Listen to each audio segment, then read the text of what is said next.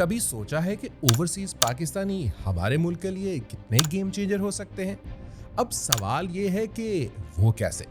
ये सिर्फ रेमिटेंस के जरिए मुमकिन नहीं हुआ, बल्कि ये सब IT exports, venture capital investment और ग्लोबल बिजनेस कोलैबोरेशन के साथ ही मुमकिन है। पाकिस्तान की आईटी एक्सपोर्ट्स पर नजर डालें तो रिकॉर्ड ईयर्स में हमारी आईटी इंडस्ट्री ने 25% से 40% एनुअल ग्रोथ अचीव की है और इस वक्त ये फिगर अप्रोक्सीमेटली 2.5 बिलियन यूएसडी तक पहुंच गई है।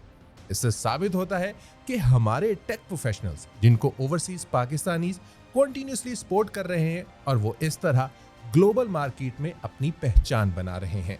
अब वेंचर कैपिटल इन्वेस्टमेंट का मामला देखते हैं। रिकॉर्ड्स के मुताबिक पाकिस्तानी टेक स्टार्टअप्स ने 100 मिलियन यूएसडी से ज्यादा वेंचर कैपिटल सिक्योर कर लिया है। ये फंड हमारी इकोनॉमी को ना सिर्फ बूस्ट देते हैं बल्कि इनोवेशन को भी अपलिफ्ट करते हैं, जो डायरेक्ट या इनडायरेक्ट तौर पर ओवरसीज पाकिस्तानीज की वजह से पॉसिबल हुआ है। आउटसोर्सिंग डेस्टिनेशन पर भी पाकिस्तान ने जबरदस्त प्रोग्रेस की है।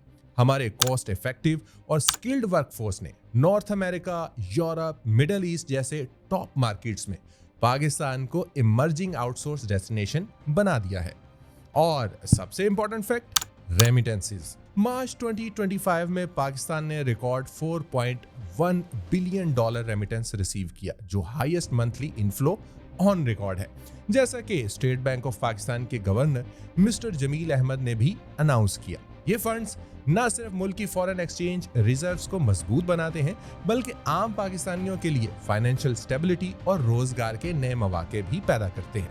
तो ये तो क्लियर है कि ओवरसीज पाकिस्तानी सिर्फ रेमिटेंस प्रोवाइड नहीं करते, बल्कि वो इनोवेशन के जरिए वेंचर कैपिटल को बूस्टर और आईटी एक्सपोर्ट्स को इंटरनेशनल अरीना में रिप्रेजेंट करने वाले एम्बेसडर भी हैं। मगर अब तक पाकिस्तान ने इन एफर्ट्स को उस तरह से एक्नॉलेज नहीं किया। मौजूदा गवर्नमेंट ने उनकी एफर्ट्स को रिकॉग्नाइज करने और इस इनिशिएटिव को आगे बढ़ाने के लिए अब पाकिस्तान फर्स्ट ओवरसीज कन्वेंशन रखा है। आपका क्या ख्याल है इस बारे में? नीचे कमेंट्स में लाजमी बताएं।